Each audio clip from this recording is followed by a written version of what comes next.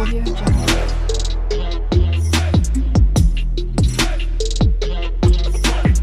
Audio Jungle.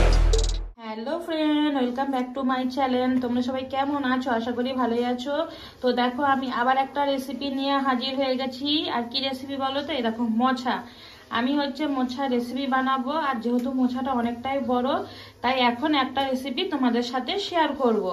তো আমি এখন বানাবো পুরো সিম্পল, যাতে তাড়াতাড়ি হয়ে যায়, একবারে মোছার চপ। তো চলো, এখন আমি মোছার চপটা বানানোর আগে এই যে দেখো, এই যে দেখতে পাচ্ছ, এখান থেকে কিছু কিছু নিয়ে নেবো। আর এই যে মোছাগুলোকে ছাড়িয়ে নেব। এই যে ডাটাটা দেখছো, এই যে এটাকে ফেলে দেবো আর এইটাকে ফেলে দেবো, দিয়ে মোছাগুলোকে ছাড়িয়ে কুচিয়ে নেব। চলো আগে কুচিয়ে নিই। দেখো, মোছাটাকে কিন্তু নুন হলুদ দিয়ে ভালো করে সিদ্ধ করে নিয়েছিলাম। আর এটা হচ্ছে আলু সিদ্ধ। চলো এটা এবার রেডি করি।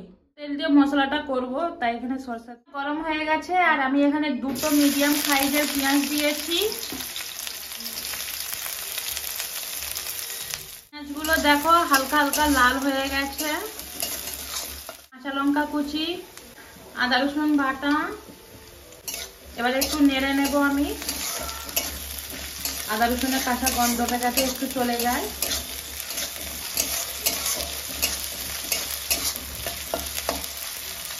হলুদ, লঙ্কার গুঁড়ো, নুন, মশলাটা ভালো করে নেড়ে নিচ্ছি। আর এখানে আমার গ্যাসটা কমানো আছে। আলুগুলো ভেঙে দিয়ে দেবো।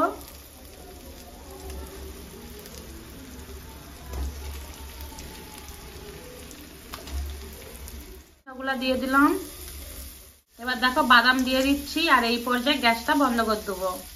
এবার দেখো এটা লাড়বো আর ভালো করে এটা আমি ঘাঁটবো, যাতে আমার আলুটা আর পুরো মশলাটা যাতে ঠান্ডা হয়ে যায়। চলো এটাকে ভালো করে ঠান্ডা করে নিই আগে। এই যে দেখো, আমার কিন্তু এখানে মোছা আলুর চপটা কিন্তু ঠান্ডা হয়ে গেছে। আর আমি এবারে এখানে ভাজা মশলা দেবো। আর এটা হচ্ছে সিক্রেট ভাজা মশলা। তো তোমরা যদি কেউ জানতে চাও তো আমাকে কমেন্ট করে জানিও। তো দিয়ে এই যে এবারে এটা ভালো করে আবার মিক্স করে নেব।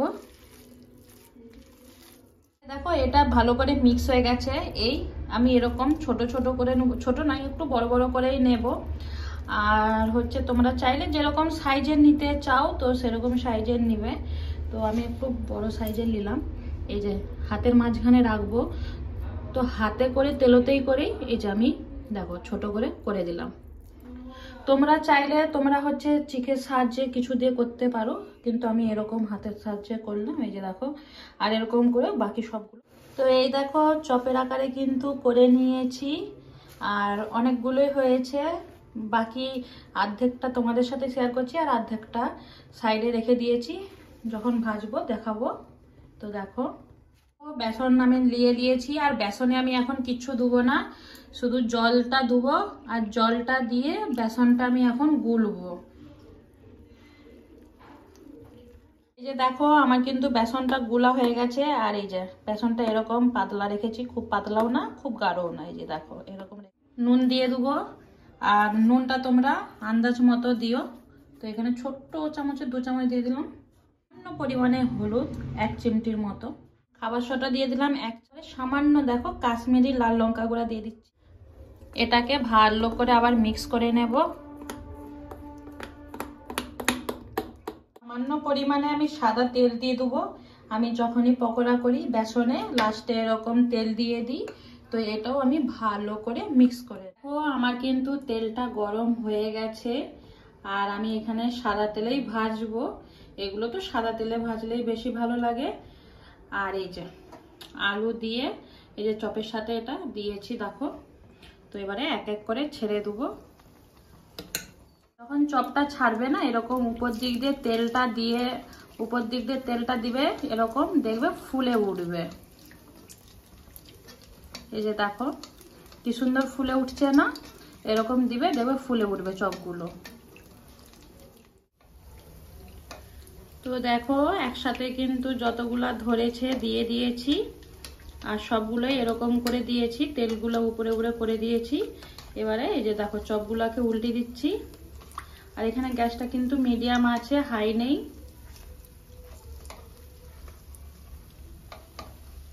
এগুলো কিন্তু আমার পুরোপুরি ভাবে ভাজা হয়নি, অর্ধেকটা ভাজা হয়েছে, তো অর্ধেকটা আমি এখন তুলে দেবো আর বাকিগুলো ভেজে নেব। এই দেখো আমার কিন্তু একসাথে সব চপগুলো ভাজা হয়ে গেছে, তো এগুলো আধ ভাজা করে ভেজেছি।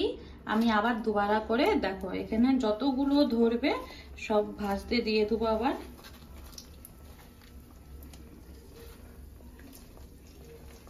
তো দেখো আরেকটা দিয়ে দিই। তো এগুলো কিন্তু কিছুক্ষণ ছাড়া ছাড়া এই যে এপিট ওপিট করে উল্টাতে থাকবো। এই যে এক পিঠটা হয়ে গেছে একটু, তো এরকম করে না উল্টাতে থাকবো প্রায় 2 থেকে 3 মিনিট। এটা আমি আরো ভালো করে ক্রিস্পি হতে দেবো। তো চলো এগুলো ভালোভাবে ভাজা হোক, 2 থেকে 3 মিনিট লাগবে, তো তার মধ্যে হয়ে যাবে চপগুলো ভালোভাবে ভাজা। তো দেখো আমার এটা না 4 মিনিট লেগেছে টোটাল ভাজতে। তো আমার এটা ভাজা হয়ে গেছে। এবারে আমি একটা প্লেটে এটা রাখবো। তো দেখো কালারটাও কিন্তু খুব সুন্দর আসছে, দেখতে পাচ্ছ? তো চলো দেখো আমার কিন্তু গরম গরম মোচার চপ রেডি হয়ে গেছে।